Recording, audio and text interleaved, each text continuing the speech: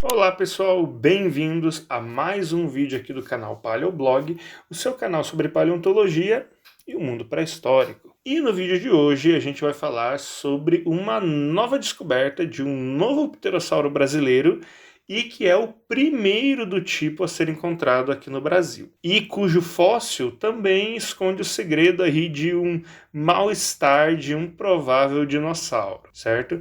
Então, logo após a vinheta, a gente vai falar um pouquinho mais sobre esse caso.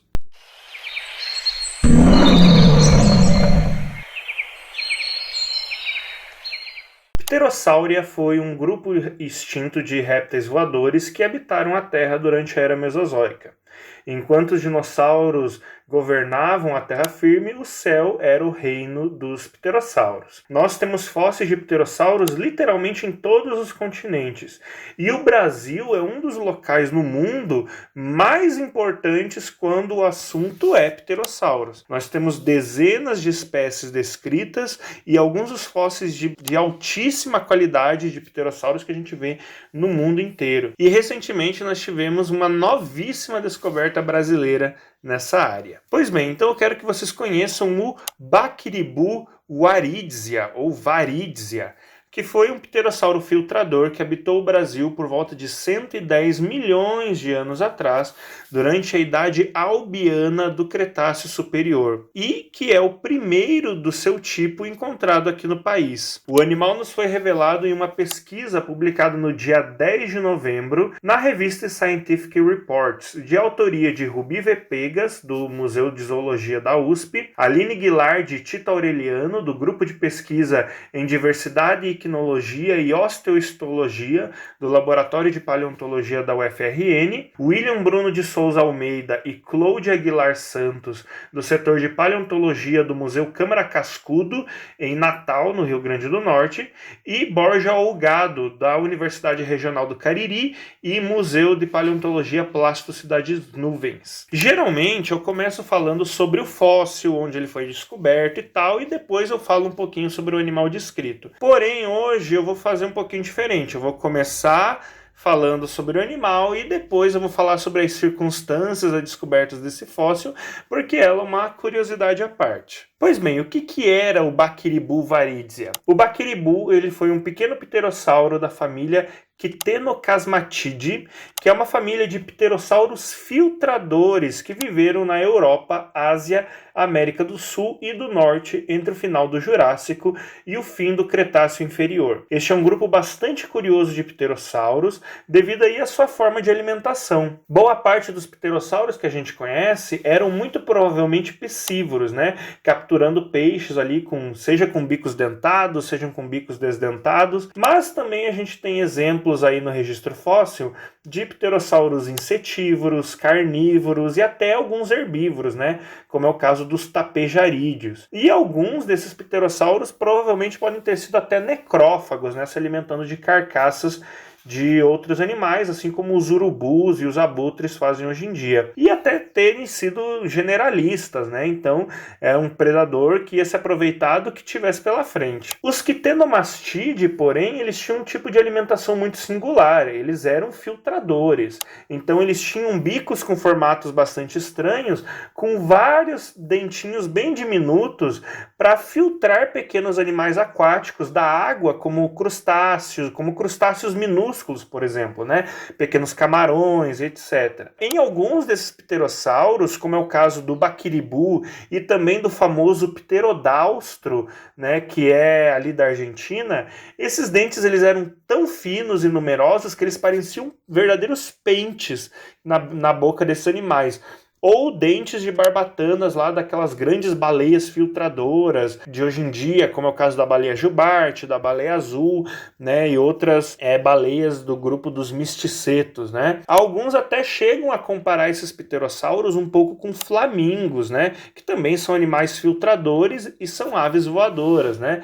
Inclusive, é muito comum na paleoarte vocês encontrarem paleoartes representando, por exemplo, o pterodaustro com uma coloração rosada, né, semelhante aí a de um flamingo. O que não necessariamente é verdade, né? Isso aí é uma liberdade artística né, do paleoartista. Pois bem, os quitenocasmatídeos, no geral, eles não costumam ser pterossauros muito grandes. O próprio baquiribu, ele deveria ser bem pequeno em vida. O baquiribu, ele possuía seus dentes de pente tanto na parte de cima quanto na parte de baixo do bico, diferentemente do pterodáustro, que só tem esses dentes de pente no bico de baixo. Inclusive, esses dentes do baquiribu, eles representam quase uma forma transicional entre os dentes dos quitenocasmatídeos da Europa e da América do Sul, né, que é o caso do pterodáustro. Aliás, esses dentes de pentes, eles têm tudo a ver com o nome do animal. O nome genérico, baquiribu, significa pente, e o epíteto específico, warídsia ou varídsia, significa boca, né? Então, baquiribu varídsia significa boca de pente, né? Ambas as palavras elas vêm do idioma do povo indígena Cariri, que é originário ali da Chapada do Araripe. Então, é um bichinho muito interessante, não é? E de onde que veio o fóssil dele? Bom, o fóssil ele estava dentro de uma concreção. A concreção ela é um nódulo de rocha que se forma ao redor de um fóssil através ali da deposição de minerais no fundo de um corpo d'água. É como se os minerais eles decantassem no fundo de um lago, por exemplo, formando uma espécie de casulo ao redor do corpo de um organismo vivo. Elas são muito comuns nas rochas da bacia do Araripe, no Nordeste, por exemplo, e quando encontramos essas concreções milhões de anos depois, elas parecem rochas arredondadas que quando quebradas, né, e partidas em dois, elas revelam um fóssil perfeitamente preservado em seu interior, geralmente um molde e um contramolde, né, desse fóssil. E são fósseis extremamente bem preservados, né? É por isso que ali a Chapada do Araripe, em muitos aspectos, ela é considerada um verdadeiro Lagerstätten, né? Um Lagerstätten é um termo que a gente usa para um sítio fossilífero que tem fósseis em grande quantidade ou em altíssima qualidade, como é o caso ali da Chapada do Araripe. É quase como se fosse um Kinder Ovo de pedra com uma surpresinha fóssil dentro, né? Inclusive, vocês vão achar vários vídeos de gente, por exemplo, ali na Inglaterra, que também encontram várias dessas concreções. O cara acha uma pedra arredondada, né, fala, aqui dentro tem um fóssil, vai lá, quebra e, sei lá, acha um amonite, um crustáceo dentro daquela rocha. E, bem, o fóssil do baquiribu estava dentro de uma dessas concreções. Essa concreção calcária do baquiribu, ela foi encontrada em rochas da formação Romualdo, na bacia do Araripe. Sua localização exata, porém, é desconhecida, pois o material estava sem identificação apropriada ali na coleção do Museu Câmara Cascudo, no Rio Grande do Norte, onde ela permaneceu por vários anos sem despertar muita atenção. Há alguns anos atrás, por exemplo, se não me engano, uns 2 ou 3 anos, a doutora Aline Guilard e o William Bruno de Souza Almeida, que é aluno bolsista e colaborador ali do laboratório do Museu Câmara Cascudo, eles redescobriram esse material na coleção, notando que aquela concreção ela poderia ser algo mais do que uma simples concreção. Ela já estava aberta e no molde e contramolde podiam ser vistos 4 peixes, provavelmente ali do gênero Tarrias. E esses 4 peixes eles apontavam todos para a mesma direção. Além disso, dentro dessa concreção tinham vários outros ossos e algumas estruturas dispersas ali que pareciam dentes de um pente, né? Difíceis de determinar à primeira vista.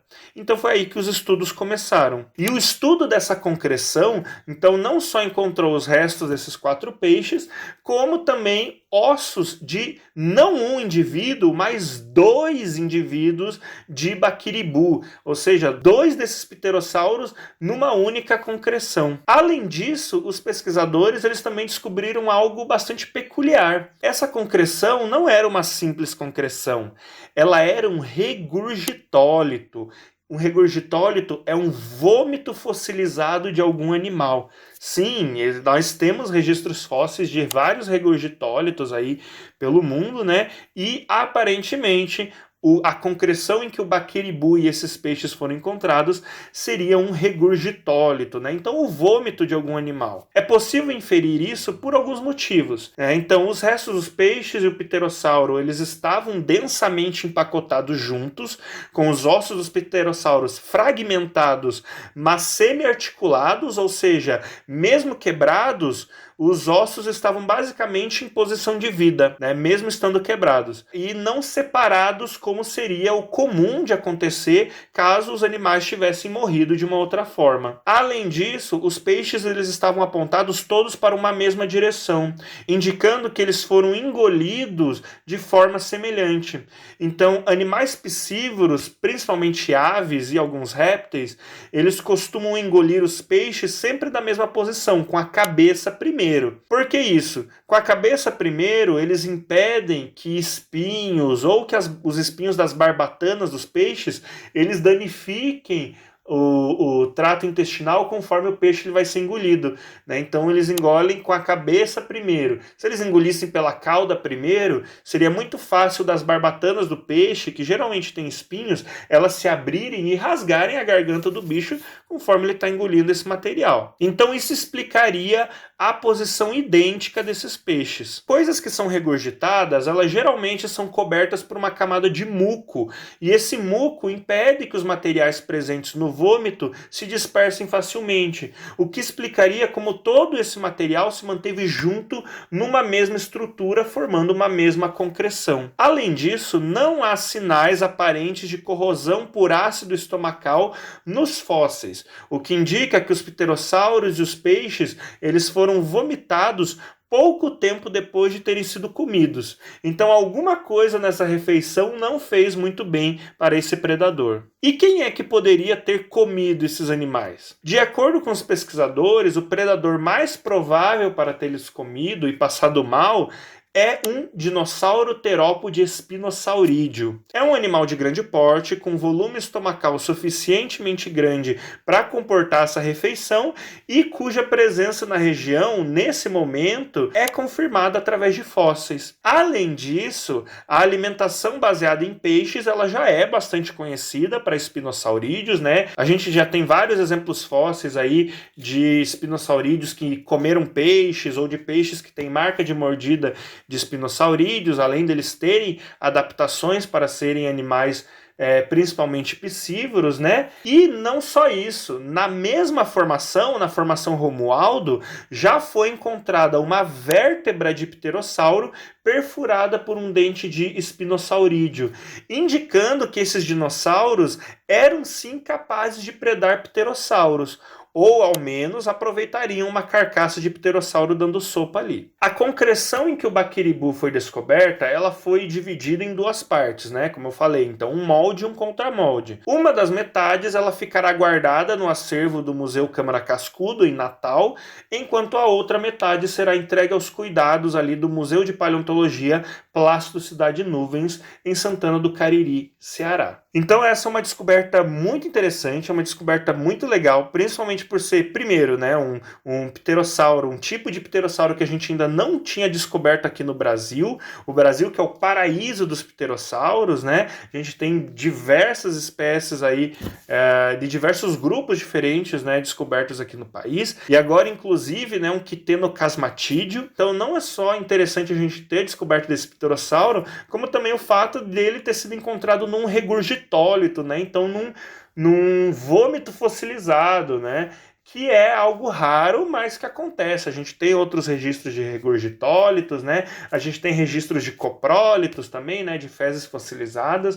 Então é muito legal a gente fazer essa descoberta 2 em 1, né? Que provavelmente é o regurgitólito de um dinossauro especificamente. Então é uma descoberta muito incrível por diversos aspectos diferentes. Então meus parabéns a todos os pesquisadores que participaram da descrição desse material, que fizeram essa descoberta, certo? E que bom que a gente está vivo para ver esse tipo de coisa sendo descoberta aqui no Brasil, não é mesmo? Ah, e também fica a dica aí para você que está me assistindo e já está dentro de um laboratório de paleontologia ou pretende trabalhar com paleontologia no futuro, né? Seja num laboratório, seja num museu, às vezes vale a pena você voltar e você dar uma nova olhada em fósseis que estão guardados no museu. Dentro de museus, dentro de acervos de laboratório, geralmente tem muita coisa que não foi olhada direito, que foi guardada ali esquecida, né? Que pode conter ali uma descoberta muito interessante. Então, se você pretende trabalhar com paleontologia ou já está trabalhando com paleontologia,